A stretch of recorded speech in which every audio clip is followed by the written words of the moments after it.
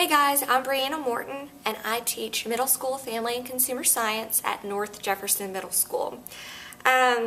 For my paper, I decided to focus on the need for technology intervention. And I created a 4-step process in order to help teachers, not only at my school, but also our district. And it's a very flexible plan because I know that all schools are at different levels of technology proficiency. The reason behind my desire for this plan is, first of all, I'm very passionate about teacher and student use of technology. Also, our school was recently awarded a 21st Century Learning Grant. We were part of 3 different feeder patterns in Jefferson County that received this $250,000 grant. It was awarded as part of the Hurricane Katrina funds. And it's kind of a guinea pig type project that our district is putting forth to see how teachers utilize iPads and iPod touches in the classroom. And hopefully, if it all works out, other schools within the district are going to receive these pieces of technology as well. I looked at 2 different sets of data. I looked at the impact survey, which all teachers are required to take in the spring, and I also looked at the 8th grade technology fluency test, which all 8th graders are required to take. And with that fluency test, there's a pre-assessment and a post-assessment, and I looked at the post-assessment results. First, I'll start with the 8th grade fluency test. With the 8th grade fluency test, our 8th graders scored way below what the required proficiency rate is, or the highly suggested proficiency rate is. The benchmark was 70% or higher, and only 16% of our students scored 70% or higher. That was better than the district. Only 6.6% of the students in the district scored 70% or higher. Our goal for our school is just hoping that they score 50% or higher, and we still didn't meet that goal as well. So there's obviously a need to teach this technology to the students. The question is how and when, and my plan addresses that as well. Looking at the impact survey the teachers take, I was disappointed but not surprised. Out of our 30 respondents, on average, the teachers use technology for the students, with the students, about every other month. So that's why our students are scoring so low on their proficiency, because they don't have access to this technology. It's here, but the teachers are not putting it in the students' hands. So we definitely need to work that out. Here's my plan, real quickly, before I babble on about other things. It is a 4-part plan.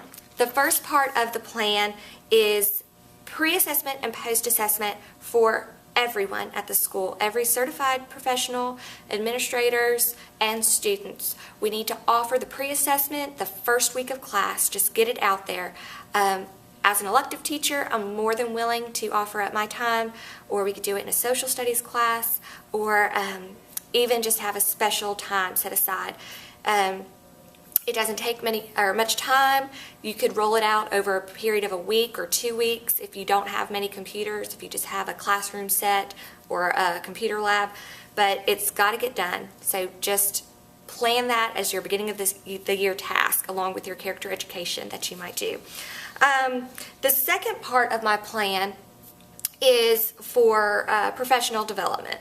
This would be required for the teachers, and all teachers in the state are required to teach the technology standards for their grade level. So, for instance, you could have a professional development on the 6th through 8th grade technology standards if you teach 6th through 8th grade. If you teach maybe an 8th grade class and a 9th grade class, then you would be required to take a professional development on 6th through 8th grade standards and 9th through 12th grade standards. But you've got to get those covered. You've got to learn them somehow. And I even broke it out on how you can work together. You can collaborate as a school to make sure that all of the students get those standards. So not one teacher needs to be responsible for covering those standards. So perhaps standards 1 through 2, depending on what it is, the history teacher could cover. And I've even laid that out. I have a plan for my school because I know how our classes are laid out and how it would work for our school by looking at the standards. So it really is on a school-by-school basis on how well it's going to work for your particular school. But you do need to integrate that into academics because the kids need to see how that technology applies to their classes and to their life. The third part of my plan is acquisition. You've got to get the technology. And as I just told a teacher, I get so frustrated when I see schools with all of this great technology, but they're not using it. It's kind of like having a Lamborghini, but not knowing how to drive. So you have to learn how to use the technology before you get the technology. So that's why the professional development comes first, and then you get the technology. So our school, we kind of got the iPad 2s, and the teachers are now learning how to use it. It should have been the other way around. And obtaining the iPad 2 could have been the incentive for them to take the professional development to begin with.